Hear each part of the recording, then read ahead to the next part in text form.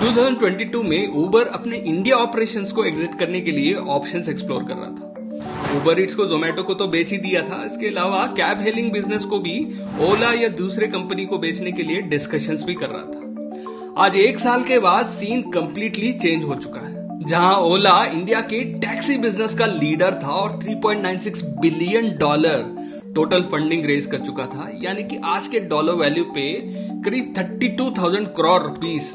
आज इसका वैल्यूएशन रह गया है मात्र $3.5 बिलियन, यानी कि जितना फंडिंग रेज किया था उससे काफी कम। और दूसरी तरफ उबर इंडियन मार्केट को ग्रैब किए जा रहा है, वो भी बहुत ही साइलेंटली। 2010 में IIT बॉम्बे के एलुमनाई भाविश अग्रवाल ने ओला को स्टार्ट किया, जो कि एक app based taxi hailing service था उबर के जैसे ही।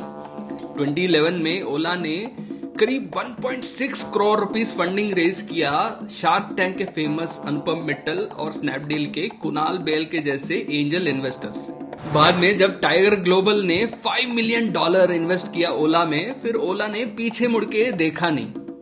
2013 के उबर के एंट्री के बावजूद ओला ग्रो करते गया और 2020 का उबर के रिपोर्ट के अनुसार ही ओला 250 सिटीज में प्रेजेंट था और 25 लाख ड्राइवर्स के साथ 50% मार्केट शेयर ग्रैब कर चुका था ओला। लेकिन फिर 2020 की पैंडेमिक की वजह से हॉस्पिटैलिटी इंडस्ट्री के साथ साथ टैक्सी बिजनेस को भी काफी नुकसान हुआ और उबर के साथ साथ ओला भी काफी लॉसेस में था। 2020 के बाद भाविश अग्रवाल ने जैसे ओला कैब बिजनेस को छोड़ ही दिया है।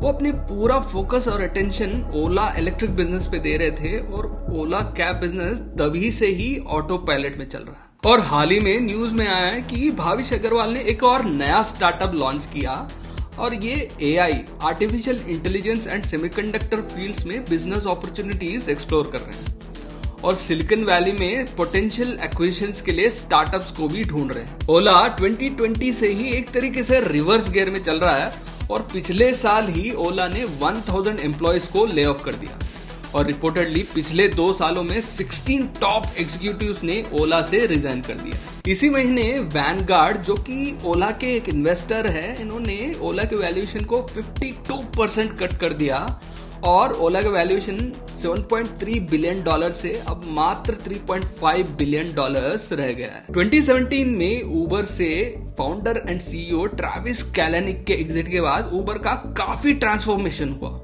और इसका पूरा क्रेडिट जाता है नया CEO दारा खोसरौशाही को, जो पहले ट्रैवल एग्रीगेटर एक्सपीडिया का भी CEO रह चुके हैं।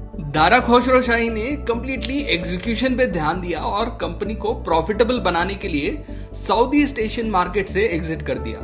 2019 में उबर का सक्सेसफुल IPO किया और इंडिया में उबर इट्स बिजनेस को जोमेटो को ऑल स्टॉक डील में बेच दिया, जो कि काफी प्रॉफिटेबल साबित हुआ उबर के लिए। US में भी पैंडेमिक की वजह से काफी नुकसान हुआ उबर को, लेकिन पोस्ट पैंडेमिक रिकवरी में कॉम्पिटिटर लिफ्ट से काफी आगे बढ़ गया उबर और अभी 75% मार्केट शेयर ग्रैब कर लिया। जहां US में काफी प्रॉफिटेबली पैसा बना रहा है उबर, इंडिया में अपने सर्विस को इंप्रूव करने के लिए ड्राइवर्स पे फोकस करने लगा। ड्राइवर्स के लिए ऐप में ट्रांसपेरेंसी फीचर्स इंप्लीमेंट किया, जहां पे ड्राइवर्स को ट्रिप का डेस्टिनेशन और इसका इनकम का इंफॉर्मेशन एक्सेप्ट करने से पहले ही दिखाने लगा। ड्राइवर्स के लिए daily payment options and airports में कैशलेस सर्विसेज ऑफर किया उबर ने, ताकि ड्राइवर्स को कैश फ्लो के प्रॉब्लम्स ना हो और पेट्रोल भरवाने के लिए भी ये अपने जेब से पैसा न निकालना पड़े। जहां ओला के CEO भाविश अग्रवाल अपना पूरा फोकस